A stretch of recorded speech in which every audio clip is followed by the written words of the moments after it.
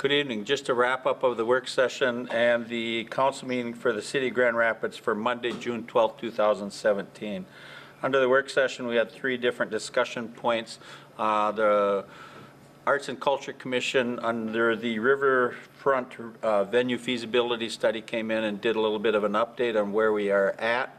I think the final is that we are very excited about the work they've done to date, and we are encouraging them to continue down the path of looking at redeveloping a site down by the KAXE radio station for a venue to have performances and to meet some of the community needs from an arts and culture standpoint. We also had a legislative update from our 2 representatives, Sandy Lehman and Senator Eichhorn, and was very pleased with the work that they had gotten done and accomplished, not only from the standpoint of the area, but from the standpoint of the City of Grand Rapids, funding under the bonding side for the pedestrian bridge, funding for the final work done at the Rife Center, the Children's Museum, $300,000 for the Children's Museum, getting LGA reinstated, not to the 2002 level where it was at, but certainly a portion of LGA, which if you look at the numbers, it's going to be about an increase on the Grand Rapids side of about $80,000 of LGA. And then to continue down the path of looking at IRRB and how some of that works. We're looking forward to having them in this fall as we set our priorities for the next legislative session. So all in all, we were very pleased with what they had done, and I think they were very pleased with the work that was accomplished at the just completed legislative session. And finally, we had a discussion with the Greenway Recreation Board. They came in. As you recall, back a month or so ago, we had looked at the issue of the annexed area, Grand Rapids Township, that falls under the Greenway School District Park and Rec, which is, so they're in Grand Rapids boundaries, but they're also in School District 316 recreation area. And the loss of $15,000 of revenue from a taxing standpoint that we thought was a double hit on those residents.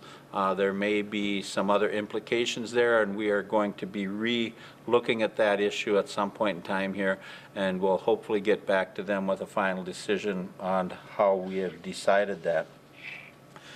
Under the work, or under the regular council meeting, we had a presentation from Jim Descharme and his wife, the new owners of Meds One, recognizing Andrew Fox and Jamie Mojelsness for a life-saving award over there, and also to staff from the YMCA on the training that they provide to their staff in order that they were able to respond to the resident that was down and they had to do life-saving procedures on him. Sounds like it was done not only in a speedy fashion. I think Jim said if it's not outside of a 10-minute window, there's not a lot of success there, and this was all completed in a 5-minute window. So very happy with what they had done there. Consent agenda, just a few things that I'd like to touch on. We are going to set a public hearing for July 10th at 5:30. Relative to the general obligation bonds for the 2017 infrastructure projects. We approved a grant contract with IRRB for commercial redevelopment and completion of demolition on hazardous materials related to Block 19. I'll talk a little bit more about that when we talk about community development and what's happening with Block 19 under what happened under regular council meeting. We also had submittal for state bonding request for the IRA Civic Center expansion renovation project. We're prepping the way for some future development at the Civic Center in the 2020 to 2022-23 time frame on what we can do to meet community needs at the Civic Center. And then we had approval of the design and construction related to the Mississippi River pedestrian bridge. As I said, we were successful. Our representatives were successful in getting in the bonding bill $750,000 for the PED bridge that would go across the river between the 2 current bridges. So the 169 bridge and the Horn Bridge, about halfway in between, coming from one side to the other, we will have a ped bridge that will alleviate some of the safety concerns and get traffic flow, or not traffic flow, but pedestrian flow and bike flow and stuff like that, better access to go back and forth across the river.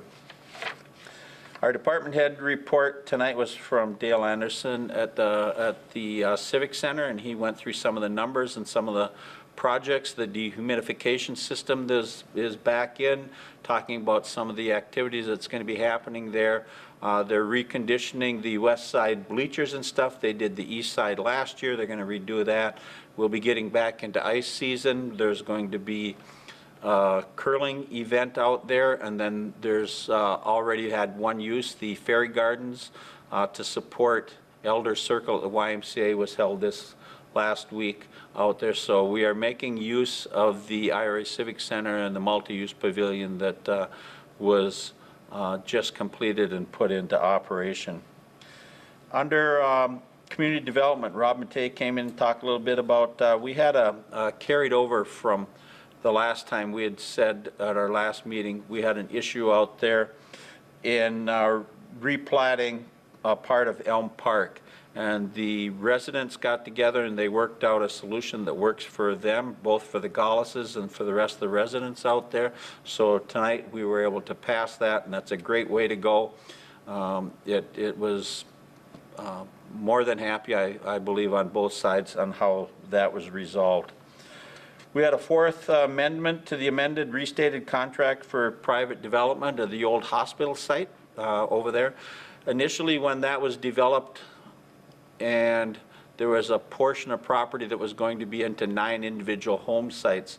They've developed 3 of the home sites, and what we are doing now is the last 6 home sites are going to be taken over and developed under Habitat for Humanity. So look forward to periodically some of those lots being developed in a Habitat for Humanity home.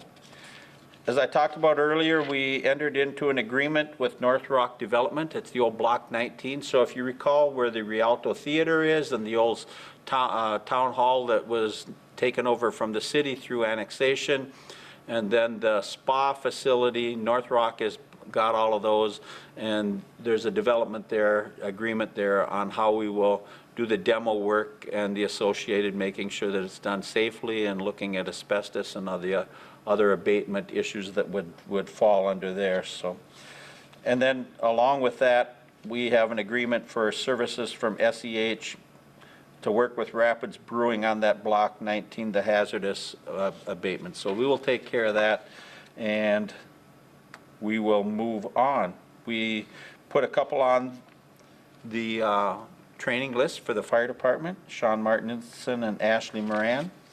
And Kevin Ott was moved to a police sergeant. He'd been an investigator, and remember Brent Bradley retired a few months back, so that position had been open. So Kevin Ott is now the newest police sergeant, and we will do the bumping process internally.